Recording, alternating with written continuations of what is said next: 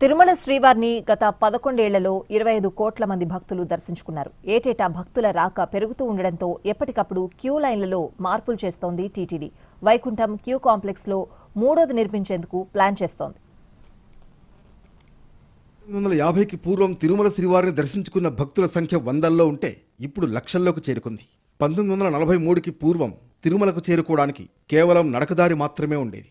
1943లో మొదటి ఘాట్ రోడ్ను, 1979లో రెండో ఘాట్ రోడ్ను నిర్మించింది టీటీడీ. ఘాట్ రోడ్ల నిర్మాణంతో భక్తుల సంఖ్య ఏటా పెరుగుతూ వచ్చింది.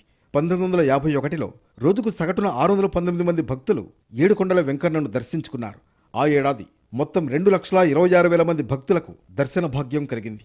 1961లో రోజుకు సగటున 3,197 మంది, 1971లో రోజుకు 9,299 మంది భక్తులు స్వామివారిని దర్శించుకున్నారు. 1981లో రోజువారీ దర్శనాల సంఖ్య ఏకంగా 21,786కు పెరిగింది. 1991లో రోజుకు 32,332 చొప్పున ఏడాది పొడవునా స్వామివారిని దర్శించుకున్న భక్తుల సంఖ్య 1,18,00,000 దాటేసింది. 2001లో రోజుకు 65,000 మంది, 2011లో 70,000 చొప్పున స్వామిని దర్శించుకున్నారు. 2021లో కోవిడ్ ఇయర్ కావడంతో భక్తుల సంఖ్య తగ్గినా ఆ తర్వాత కాలంలో మళ్లీ పెరిగింది. భక్తుల రద్దీకి అనుగుణంగా ఎప్పటికప్పుడు కొండపై టీటీడీ ఏర్పాట్లు చేస్తోంది. భక్తులకు క్యూలైన్ విధానంలో, వసతుల కల్పనలో మార్పులు చేస్తూ వచ్చింది.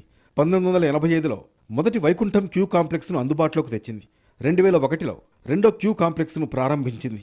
ఈ రెండు కాంప్లెక్స్లు చాలకపోవడంతో నారాయణగిరి ఉద్యానవనంలో 2014లో తాత్కాలిక క్యూ లైన్లను ఏర్పాటు చేసింది. 2019లో నారాయణగిరి ఉద్యానవనంలో కంపార్ట్మెంట్లను అందుబాటులోకి తెచ్చింది.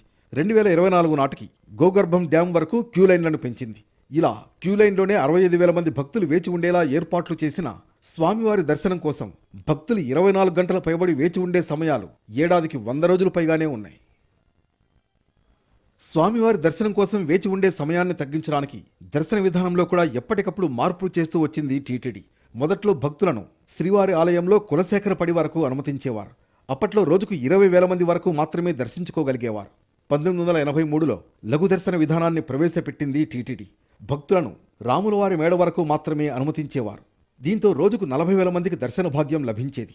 2005లో తెచ్చిన మహాలఘు దర్శన విధానంలో జయ విజయాల గడప నుంచి రోజుకు 90,000 నుంచి 1,00,000 మంది భక్తులు స్వామివారిని దర్శించుకునే అవకాశం కలిగింది. మరోవైపు బంగారు వాకిలిలో 3 క్యూలైన్ల విధానాన్ని 2014లో ప్రవేశపెట్టారు. దీంతో బంగారు వాకిలి లోపల భక్తులు తోపులాట లేకుండా స్వామివారిని దర్శించుకునే సౌలభ్యం లభించింది. గత 11 ఏళ్లలో తిరుమల శ్రీవారిని 25 కోట్ల మంది భక్తులు దర్శించుకున్నారు. 2015 నుంచి చూస్తే 2019లో రికార్డు స్థాయిలో 2,76,00,000 మంది భక్తులు స్వామిని దర్శించుకున్నారు. ఈ ఏడాది ఆగస్టు నెలాఖరు వరకు 1,76,00,000 మందికి దర్శన భాగ్యం లభించింది. మిగిలిన 4 నెలల్లో మరో 80 లక్షల మంది దర్శించుకునే అవకాశం ఉంది. ఏటా 2.5 కోట్ల మందికి పైగా భక్తులు వస్తుండడంతో మూడో వైకుంఠం క్యూ కాంప్లెక్స్ను నిర్మించేందుకు టీటీడీ ప్లాన్ చేస్తోంది.